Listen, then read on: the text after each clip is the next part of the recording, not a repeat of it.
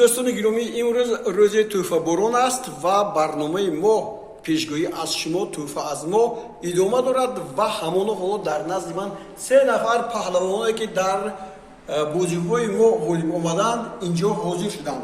پیش از همه پرویز رؤوف هستند از این کنار چپی که حالا اینجا قرار دارند. این کس در هفته میانه ما پیروز آمدند. بازی بین دست‌های ایران رو 0-3، سوریه امارات متحده عرب رو 1-1 و کره جنوبی لبنان رو 1-0 پیشگویی کردند. پیش از همه پرویز جان شما باری اول به دست می‌آورید تا بله باره اول داریم برنامه غالب اومده. خیلی مخلص هستیم در برنامه پیشگویی از ما توفه از شما. از همین خوردیم و مخلص شما اکل اولین هستیم. برنامه گل رو تماشا میکنیم. خیلی خوشحال نگینم با شما از دست شما توفه رو میگیریم.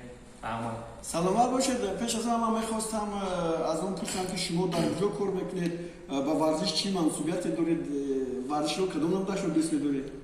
ما بیشتر به صاحبکاری مشغولیم و ورزش بیشتر فوتبال رو دوست می‌داریم که این لحاظی چه می‌بینیم یک ایدی فوتبال از لیگ چمپیون‌ها، لیگ اروپا، چمپیون تاجیکستان بازی ایران با استقلال تماشا کردیم. به هر بازی خوب شد، استقلال بازی خوب کرد، خیلی مردم شاد شدن بازی استقلال.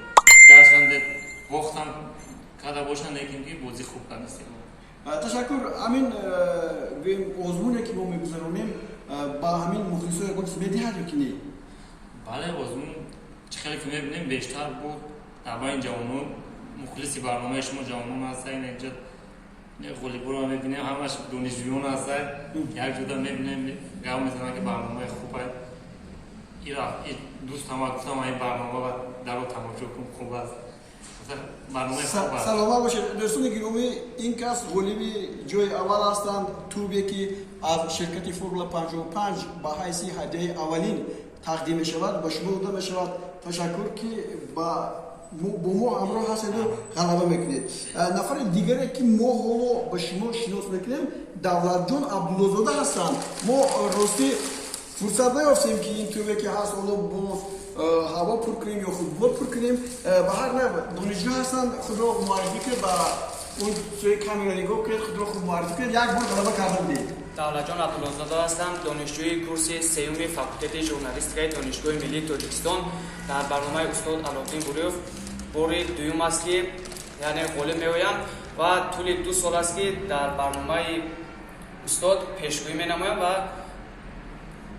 دو مرتبه می‌شود که خیر در بازی مذکور غلبه می‌کنیم. خب اگر مخفی نباشد توی اولی که شما گفتید بریدید چیکار کردید؟ با کجا موندید؟ یا با اون کس دارید که بازی کرد یا مکتب سپردید نمیدونم. راستی کمتر بازی هم کردیم نه که یک هدیه از دست شما استاد یا که از یک یادآوری از تلویزیون ورزش نگاه داشتیم، ولی مقصد یگان بازی دیگه نیست.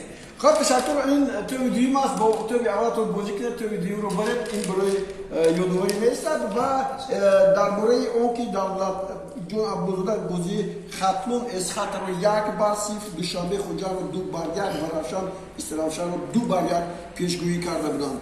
نهایت افضلشو نازیم هم اینجا هستند. افضلشو صاحب پیراهن شدن. ما اگر گفته بودیم اولا از این دست پرسیدیم که قیاس شما اندازه شما چند است؟ این اندازه اینجا فکر کنید منچستر یونایتد هست. منچستر یونایتد این اندازه شما هست. با شما هم مبارک شود.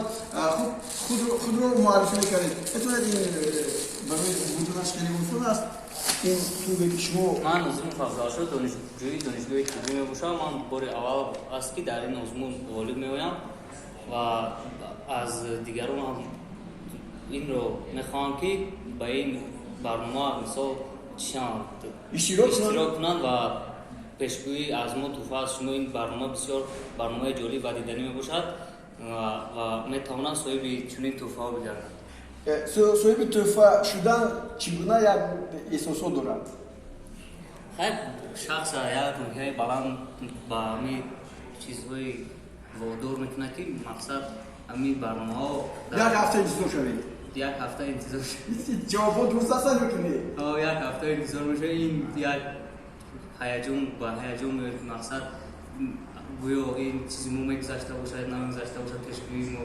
شما چند وقت هست که اشتراک میکنید؟ ман та 2 моҳ мешавад иштирок мекунам. خب تشکر زیاد دوستان گرامی اینها بودند امروز والیبال ما و ما باز والیبال دیگر رو هم انتظار هستیم چون من الان در برنامه یوتیوبی خود گفتم که این ماه آخرین است همکاری ما با شرکت فرمول 55 اما حالا باز ما در این رفت در این پای کار کرده ایستادیم و خدا خواهد که ما باز برنامه یا آزمون پیشگویی از شما توفا از ما رو ادامه میدیم. خب من گفتم که با بعضی‌ها درباره پیشگویی فکرای دیگر دارن، یعنی پیشگویی کردن نه شاید از نگاه نمیدونم دینی و خرافاتی و چیز دیگر، میگیم پیشبینی از شما توفا از ما و فکر می‌کنم که این کمی هم بی‌خطرتر است.